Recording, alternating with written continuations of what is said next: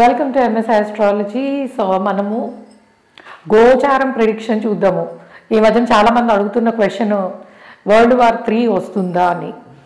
So అసలు మనకి war conditions world మొత్తంలో ఎక్కడైనా అవనియండి, ఏ సందర్భాలలో ఈ వార్ అనేది యాక్టివ్ అవుతుంది, ఏ గ్రహాల సంచారం కారణంగా. ముఖ్యంగా మనకి కుజుడు అండ్ శని, ఈ 2 గ్రహాలతోటి వచ్చేదే వార్ సిచ్యువేషన్. అయితే ఇప్పుడు ఎక్కడున్నారంటే కుజుడేమో వెళ్ళి నీచపడిపోయాడు పాపం కర్కాటకంలో, ఈ శాటర్న్ ఏమో ఎక్కడ కుజుడిని చూడట్లేదు. మరి ఎందుకు వస్తుంది ఈ కైండ్ ఆఫ్ అని అంటే, బికాస్ కుజుడు ప్రస్తుతము పుష్యమి నక్షత్రం మీద ట్రాన్సిట్ అవుతున్నాడు. సో అది శని నక్షత్రం కదా పుష్యమి నక్షత్రం, అందుకే దీని ఒకదానికే నక్షత్రం పెట్టింది. అండ్ మోర్ ఓవర్ కుజుడు ఈ శనిని కూడా చూస్తూ ఉంటాడు అష్టమ దృష్టితో. సో వన్ ఆఫ్ ద అంటే రూట్ కాజ్ ట్రాన్సిట్లో ఏంటి రూట్ కాజ్ అని అంటే, కుజుడు ముఖ్యంగా మనకి పుష్యమి నక్షత్రం మీద ట్రాన్సిట్ అవడము. అయితే ఈ ప్రక్రియ ఎన్ని రోజులు ఉంటుంది, ఇది వరల్డ్ వార్ అంటే 3కి దారి తీస్తుందా అని అంటే, యూజువల్గా మనకి వరల్డ్ వార్స్ అనేవి ఎట్లా ఉంటాయి, most of the countries 2 sides involve అయ్యి దాన్ని పెద్దది చేసినప్పుడు. ఇప్పుడు అంత స్కోప్ ఉందా అని అంటే లేదనే చెప్తాను నేను. ఎందుకనంటే బికాస్ కంజంక్షన్, ఇప్పుడు ఫర్ ఎగ్జాంపుల్ మనకి ఇక్కడ కుజుడు ఉచ్చపట్టి ఉంటాడు కదా, సో ఈ ప్లేస్లో కనుక మనకి శని కుజులు కనుక కలిసి ఉంటాయి, పోనీ ఇక్కడైనా అవనియండి, ఎందుకంటే శనికి బలం ఉంటుంది, కుజుడికి బలం ఉంటుంది. అటువంటి సందర్భాల్లో మీకు శాటర్న్ స్లోగా ఉంటుంది కదా ట్రాన్సిట్, కుజుడు కూడా అక్కడ ఒక 2 నెలలు 3 నెలలు ముందుకి వెనక్కి వెళ్ళినప్పుడు ఆ కైండ్ ఆఫ్ సిచ్యువేషన్స్లో వరల్డ్ వార్స్ లాంటివి రావడానికి పాసిబిలిటీ ఉంటుంది. And most of the time ఎందుకంటే మనకి ఈ కంట్రీస్ ఏవైతే ఇన్వాల్వ్ అవుతున్నాయో వాటికున్న అంటే వాటి ఫ్రీడమ్ వచ్చిన టైం నుంచి వాటి నుంచి కూడా కొన్ని చూస్తాం కానీ, బట్ వరల్డ్ వార్ అంటే ఒక వరల్డ్ అంతా ఎఫెక్ట్ అయ్యే లైక్ మన పాండమిక్ సిచ్యువేషన్స్, లాస్ట్ టైం వచ్చిన పాండమిక్ సిచ్యువేషన్స్ లాంటివి, ఇవన్నీ కూడా ఇట్లాంటి టఫ్ కాంబినేషన్స్ ఉన్నప్పుడే వస్తాయి. అయితే దీన్ని మనము ఈ అన్సర్టైనిటీని ఎలా చూడాలి అని అంటే, ప్రస్తుతానికి కుజుడు పుష్యమి నక్షత్రం మీదే ఉన్నాడు. సో ఈయన జనవరి 20కి పునర్వసు మీదకి వెళ్తాడు. అంటే మనకి జనవరి మంత్ అంటే 4th వీక్ నుంచి ఫిబ్రవరి ఎండింగ్ అండ్ అట్లానే మార్చ్ స్టార్టింగ్ వరకు కూడా, అంటే ఇప్పుడు మనకి ఏమవుతుందంటే ఈ కుజుడు డిసెంబర్లో వక్రంలోకి వెళ్తాడు.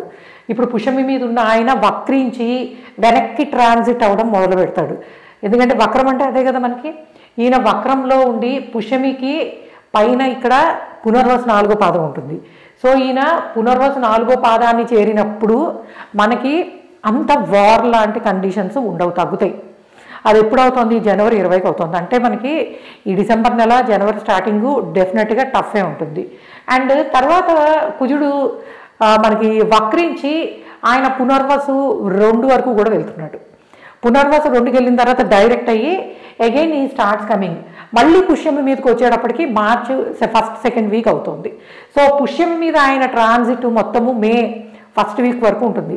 అంటే మనము ఈ మంత్ నెక్స్ట్ మంత్ జనవరి 20 వరకు చూసే కండిషన్స్ తర్వాత ఒక 2 నెలలు కామ్ డౌన్ అవుతాయి.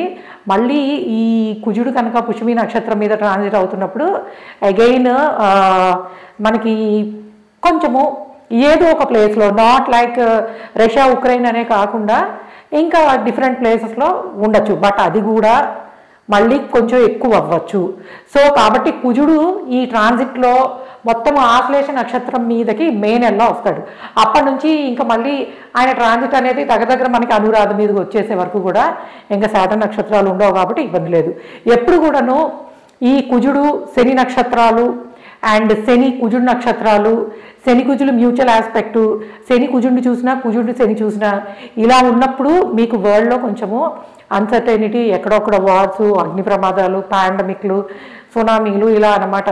అంటే కొంచెము కెలామిటీస్కి పాసిబిలిటీ అండ్ వార్ రిలేటెడ్ ఇలాంటివి ఉండే అవకాశం ఉంటుంది. కాబట్టి ఇది మనకి ఇప్పుడు వరల్డ్ వార్ 3 అంటే కంటిన్యూగా అవి ఒకటే దాని మీద ట్రాన్సిట్ అవుతుంటే, అంటే కంజంక్షన్లో ఉండి కానీ మ్యూచువల్ ఆస్పెక్ట్లో ఉండి కానీ ఎక్కువ టైం ఒక 6 months పాటు అలాంటి పరిస్థితి కొనసాగితే అది ఎప్పుడు మనకు వస్తుందంటే యూజువల్గా శాటర్న్ కుజుడు నక్షత్రాల మీద ఉన్నప్పుడు మనకు అంత టైం పడుతుంది. ఎందుకంటే శాటర్న్ స్లో మూవింగ్ ప్లానెట్ కాబట్టి.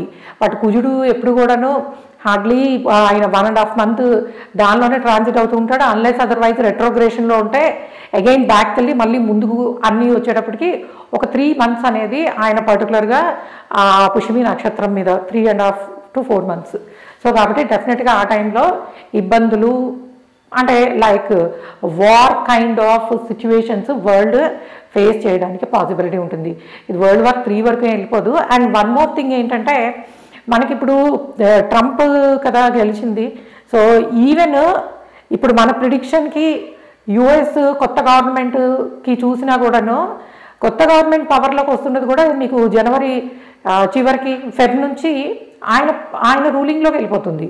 అంటే కుజుడు బ్యాక్కి వెళ్ళి పునర్వసులో ఉండడాన్ని అట్లానే పెద్ద కంట్రీ అయినటువంటి డామినేటింగ్ కంట్రీ అయినటువంటి యుఎస్లో గవర్నమెంట్ చేంజ్ అవ్వడము. సో ఇవన్నీ కూడా ఏంటంటే దాన్ని టెంపరీగా స్టాప్ చేయడానికి పాసిబిలిటీ ఉంటుంది. సో కాబట్టి మనము అక్కడ పొలిటికల్ సిచ్యువేషన్స్ చూసినా గోచార రీత్యా చూసినా కూడాను ఎప్పుడైతే కుజుడు గురువు నక్షత్రమైన పునర్వసుకు వెళ్తాడో అప్పుడు కొంతవరకు ప్రశాంతత ఉంటుంది. అయితే మీరు లగ్నం చూడండి, ఇది ప్రశ్న చార్ట్. సో నాకు దీని మీద వీడియో చేయాలి అనిపించగానే చూసిన టైము మార్నింగ్ 8:31. సో ఆ ప్రశ్న చార్ట్ని తీసుకుంటే సీ ద కండిషన్స్. లగ్నాధిపతి 6th లోనే ఉన్నాడు. వార్ అంటే ఏమిటి, యుద్ధక్షేత్రమే కదా. లగ్నాధిపతి 6th లార్డ్ లగ్నములో. సో మనీ అండ్ ఇవి అన్నీ కూడా వేస్ట్ అయిపోయే ఛాన్సెస్ బాగానే ఉన్నాయి ఫైనాన్షియల్గాను. అండ్ అట్లానే ఈ సప్తమాధిపతి కూడా 12లో పడ్డాడు రవితో కలిసి. అంటే ఇవి 12th house అనేది ఏంటి, అది కూడా లాసెస్కి సంబంధించిందే. అంటే ప్రశ్న తీసుకోగానే ఇక్కడ 6th లగ్నాలాడేమో 6thలో, మళ్ళీ సప్తమాధిపతి రాజ్యాధిపతి అయినటువంటి బుధుడు రవితో కలిసి వ్యయంలో. సో ఇక్కడ కేతువు. అంటే ఎవరికీ క్లారిటీ లేకుండా ప్రపంచానికి ఏమవుతుందని ఆలోచించకుండా అండ్ ఫైనాన్షియల్గా ఎటువంటి జాగ్రత్తలు తీసుకోకుండా, ఎందుకంటే మన గురువు గారు కూడా వక్రంలో ఉన్నారు. సో దీని వలన ఏంటంటే repeat the same kind of situations. So కుజుడు కూడా వక్రంలోకి వెళ్ళిపోతాడు డిసెంబర్లో. సో కాబట్టి ఇది మనకి కొంచెము financially and politically different countries కొంచెం సఫర్ అయ్యే పాసిబిలిటీ ఉంది. బట్ కుజుడు కనుక పునర్వసు నక్షత్రం మీదకి వెళ్ళిపోయి రెట్రోగ్రేడ్లో ఉన్నా కూడా శాటర్న్ నక్షత్రం దాటగానే ఆయనకు కొంతవరకు ప్రశాంతత అనేది రావడానికి అవకాశం ఉంటుంది. ఎందుకంటే కుజుడికి ఇప్పుడు వారియర్ కైండ్ ఆఫ్ ఎనర్జీనే ఉంటుంది నీచబడ్డా కూడా. సో బట్ నీచపడ్డం వల్ల ఏమవుతుందంటే ఎట్టి పరిస్థితుల్లో వదలకూడదు అనిపిస్తుంది. అంటే మన దగ్గర అంత ప్రతాపం ఉందా, ఉచ్చపట్టిన కుజుడికి ప్రతాపం ఉంటుంది, ఓడించాలనుకుంటాడు. నీచపడ్డ కుజుడికి ఏముంటుంది, మొండితనం ఉంటుంది. నా దగ్గర శక్తి లేకపోయినా నేను వదలను అంటాడు. ఇప్పుడు ఉక్రెయిన్ చేస్తున్న పని లాంటిదే నీచపడ్డ కుజుడు అనమాట. ఓకే గైస్, ఇది నెక్స్ట్ వస్తుందా రాదా అనేది. So my prediction for the coming months till May వరకు కూడా ఎస్పెషల్లీ వార్కి సంబంధించినది. Thanks for listening and please subscribe our channel, Miss Astrology. Bye.